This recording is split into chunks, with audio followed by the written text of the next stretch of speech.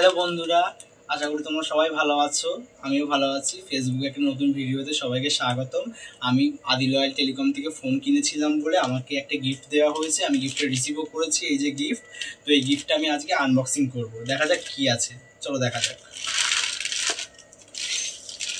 তো এটা দিয়েছে, প্লাস্টিকের এটা দিয়েছে, তো দেখবো, চলো দেখা যাক।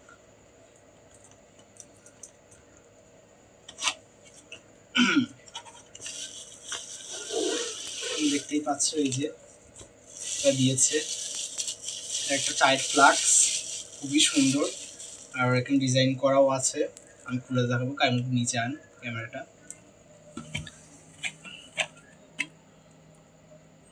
পেছনে যান।